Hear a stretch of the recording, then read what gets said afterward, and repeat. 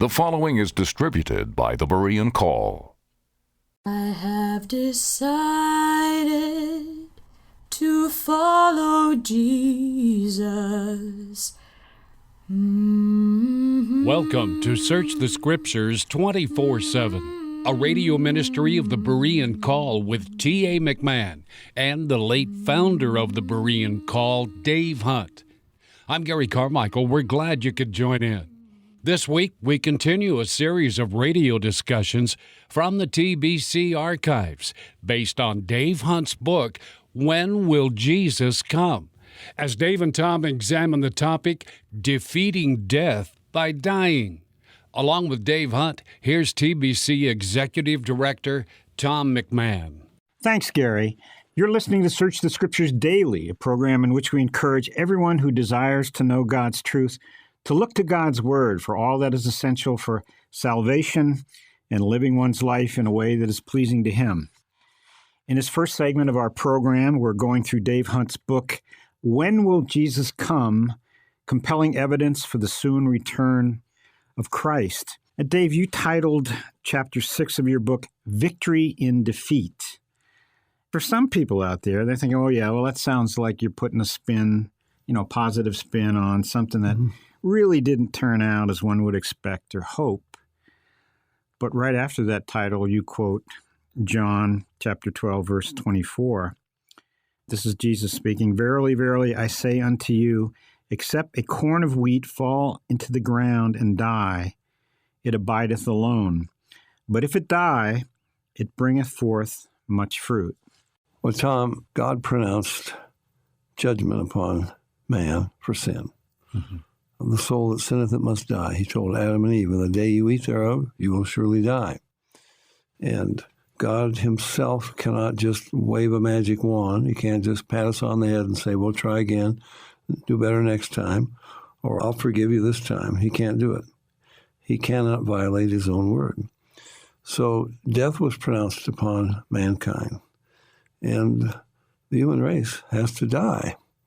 It's not a matter of the Messiah is going to come and rescue the Jews from the Roman armies. That's what they wanted and they thought. But he's going to have to pay the penalty for our sins. And only he could, Dave, because it's an infinite penalty, right? Exactly. The wages of sin is death, but we're already dead. Trespasses and sins. There's no human being who could pay that penalty except through the second death, the lake of fire for eternity, but they will never pay it off. But Jesus Christ, who alone had life, he had life to give. Nobody else had any life to give. And he gave his life for us. That's the simple story of the gospel of Jesus Christ. Christ died for our sins according to the Scriptures, was buried, rose again the third day according to the Scriptures. So I often think, Tom, of Satan. He was confused. He probably still is confused. He's brilliant beyond our imagination, but he doesn't understand. For example, when it says, the angels are kept in chains of darkness, I don't think it means they're chained up somewhere. I think it means they cannot understand. And Ephesians chapter 4 talks about their followers having their minds darkened. They cannot understand the gospel because they don't want to. So Satan, first of all, he inspires Peter to tell Jesus not to go to the cross. Be positive, Lord. I know you're discouraged, but take a positive outlook on it, Lord. You can do it. When Jesus said, I'm going to Jerusalem and they will crucify me. Oh, Peter says, far be it from you, Lord. You can't let that happen.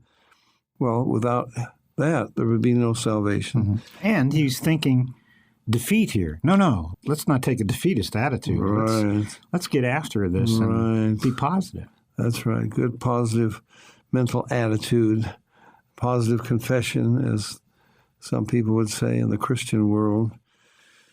And Jesus said, get thee behind me, Satan.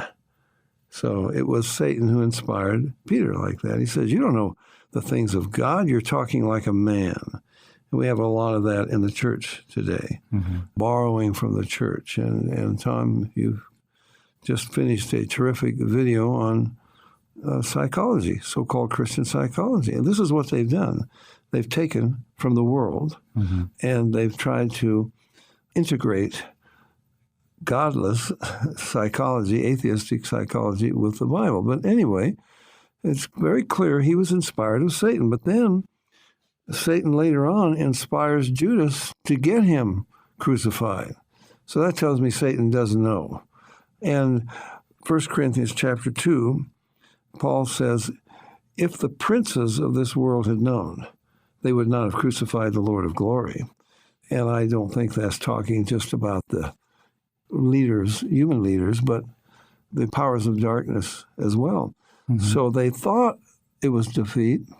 The Pharisees, they're laughing. They think that they have defeated Christ. What are you doing on that cross, they say.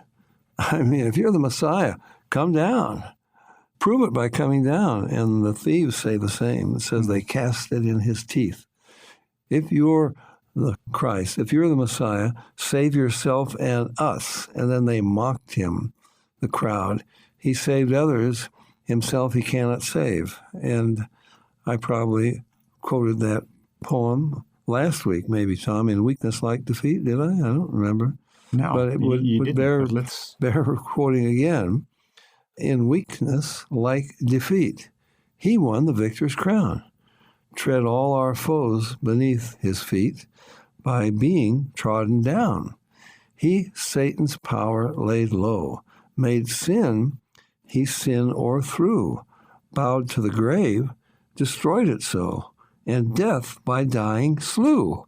Now that's victory in defeat. Dave, and it's so contrary to the way we think. Now, I'm putting myself out here. You know, we want victory. We want the team that we love to win. That's our mentality. Yet, what's amazing about this is, and you point out in your book, when will Jesus come? The prophets had laid all of this out. It was there. They should have been able to see this, except they were blinded by self, by their own ambitions and so on. Well, we'll get into the religious establishment in a little bit. Well, you have a lamb all through. The lamb that Abel offered. It was accepted by God. The lamb, and we've talked a lot about this, but you can meditate on it forever. The lamb that God provided in the place of Isaac when they went up that hill together. And Isaac said, well, here's the wood and the fire, but where's the lamb?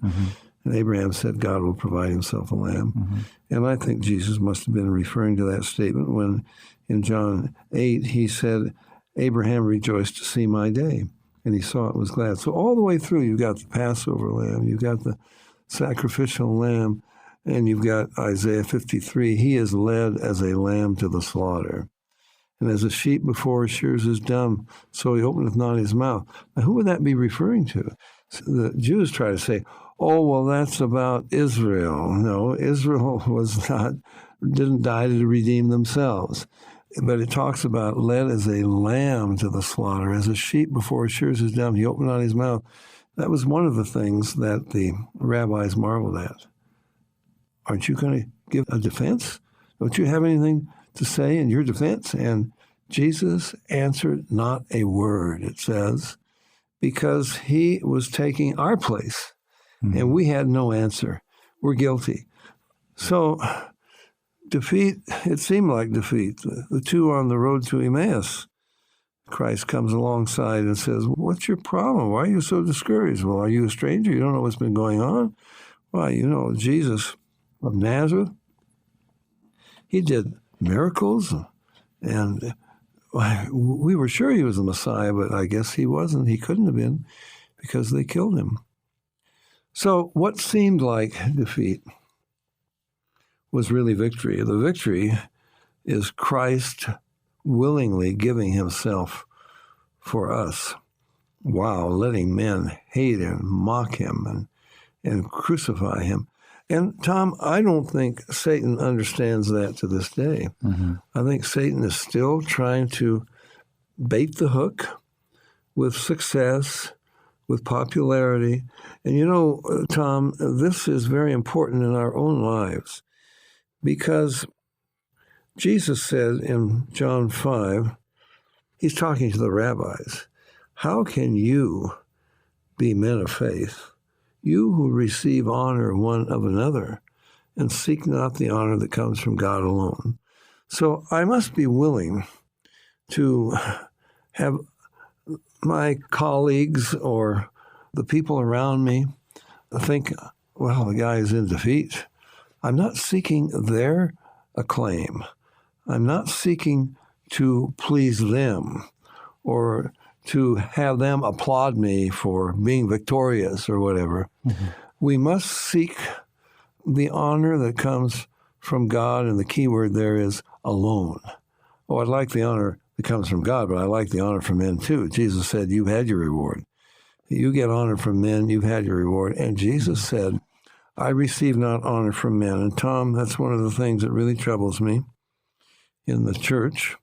We could begin to name them, and I won't. I don't want to embarrass these people. How many of them out there have phony doctorates? When did these guys ever do the probably 6 years? My eldest son, you know him. He has a PhD in philosophy. He's a very bright guy, Phi Beta Kappa, and very brilliant.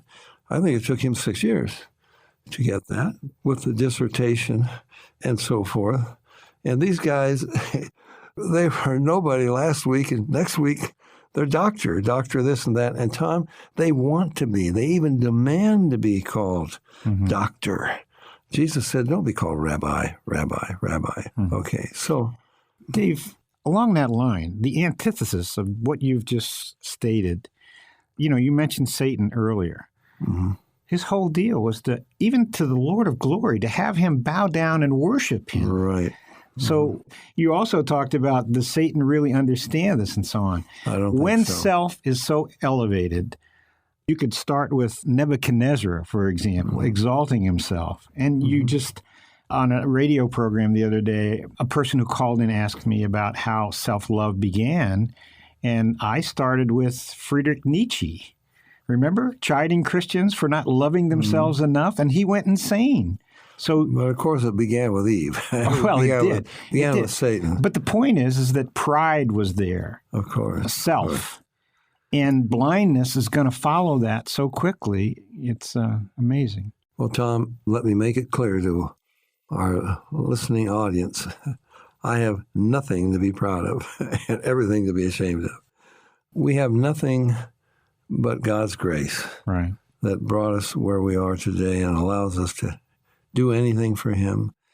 I love that old hymn, not have I gotten, but what I received. Grace has bestowed it since I have believed. Boasting excluded, pride I abase. I'm only a sinner saved by grace. And Tom, there are people, the positive confession people, many of them in the charismatic movement. You can hear them on TBN or elsewhere. You can read their books in the Christian bookstores.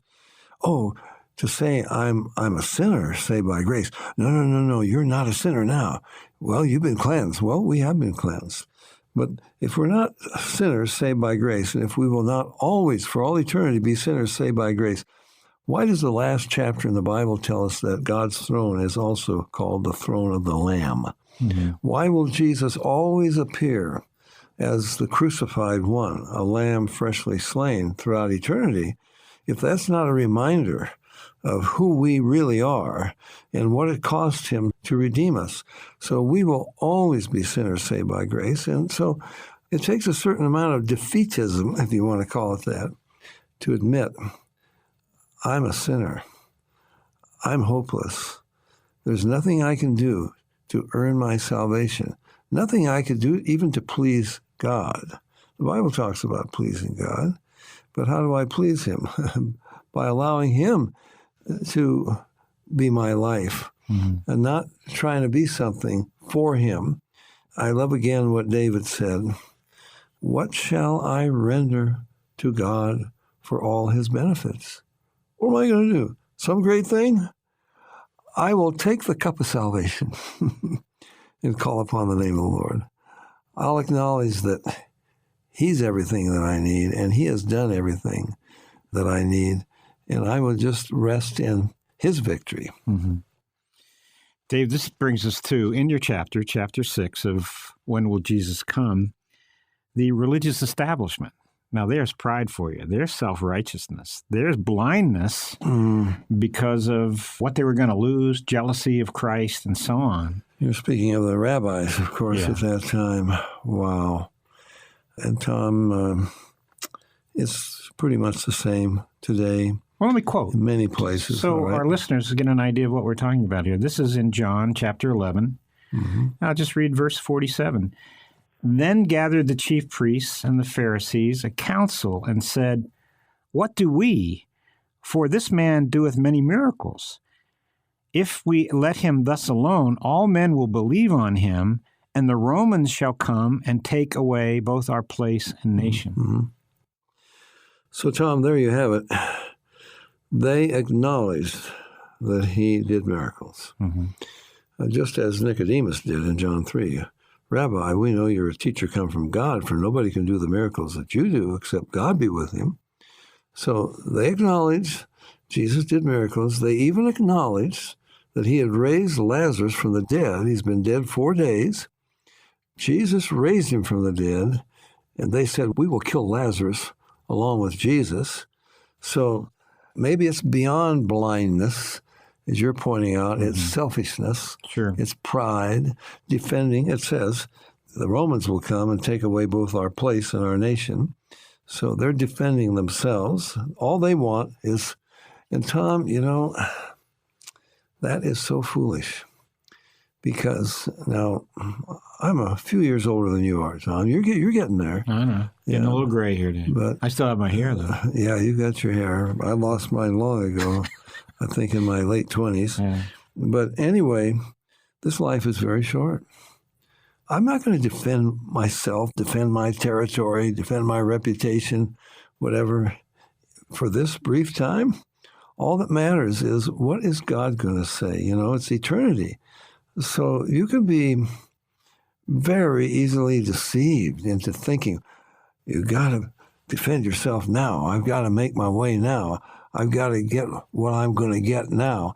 Well, that's eat, drink, and be merry, for tomorrow we die. But don't forget that what counts is eternity. And we better live for eternity, not for time. So Jesus, it says of him in Hebrews 12, who for the joy that was set before him endured the cross. Okay? Horrible to bear. Horrible to bear.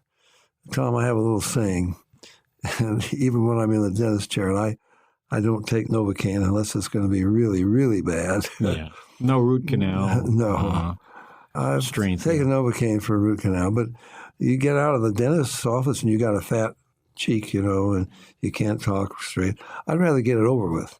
So it's horrible what Jesus endured, but it was for the joy set before him. And I'll say to myself, when the pain is becoming overwhelming in the dentist chair, this too shall pass.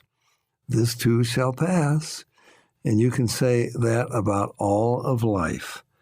This too shall pass, no matter how horrible it is or how wonderful it is. And, you know, the greatest athlete, the guy with all the gold medals who outdid everybody, finally, he's dying, and all he has left are faded newspaper clippings. A lot of people don't even remember him anymore. It's the new gang now, the new athletes and so forth, or whatever it is, Tom, the president, past president. So let's please the Lord. So it may seem like defeat now. Paul said, when I am weak, then am I strong. Because Jesus said, I want you to be weak. My strength is your sufficiency. And Paul said, in my weakness, that's when I'm strong, because then I'm not trusting myself, but I'm trusting the Lord. And again, Dave, that is so contrary to the way we think. You know, this is prophetically, I believe we're in the last days, and I can prove it from Sure. 2 Timothy chapter 3, verses 1 and 2, mark my words, in the last days perilous times shall come. Men will be lovers of themselves. This is the me generation, and everything that you said, Dave, is so contrary to our thinking, to the world's thinking, and so on. It makes it difficult. Yeah. Tom, when I was a boy in school, even from grammar school on up, I was a fighter. I've been in more fights than you could count. And the thing that you hate, well, you were on the judo team. Mm-hmm. What do you hate? You don't want to lose. You just do not want to lose. I don't want somebody to be better than I am in anything, And that's why we pay these athletes, immoral, most of them. The lives they lead is pitiful. The illegitimate children here and there, and the tragedies that eventually come out of it, drug abuse and so forth. We're paying their egos. And they don't want to lose. And we don't want our team to lose. Jesus didn't lose. But from the world's standpoint, it looked like he lost because the rabbis think they've done away with him. But he came back 3 days later, rose from the grave. And if he had not died, if he had not accepted what seemed to be defeat. And fulfilled every prophecy that was directed to the Messiah throughout the Scriptures. God's judgment. So he submitted to him, to his Father. It says in Philippians chapter 2 that he humbled himself. Just think of the Lord of glory. And he lets these punks, what are they? Hit him, mock him, these Roman soldiers. He could wipe them out with a word. And he humbled himself, became obedient unto death, even the death of the cross. Tom, I've been falsely accused quite a number of times, and I can tell you of this and that, and I can tell you one of the most difficult things. Sit in a room with men who are telling lies about me, and people are believing it, and okay, it's not going to do any good for me to try to talk back because they are not going to believe a word that I say. So, okay, guys, that's what you want to say. And I think that's one of the things I mentioned in Judgment Day, Tom, is why hasn't Israel talked back? Why haven't they done a better job of propaganda? The Palestinians tell such lies. I don't think it's because the Jews are so humble. I think it's they've come to the point where what is the use? The world is so against us. They will not believe. We tell them the truth.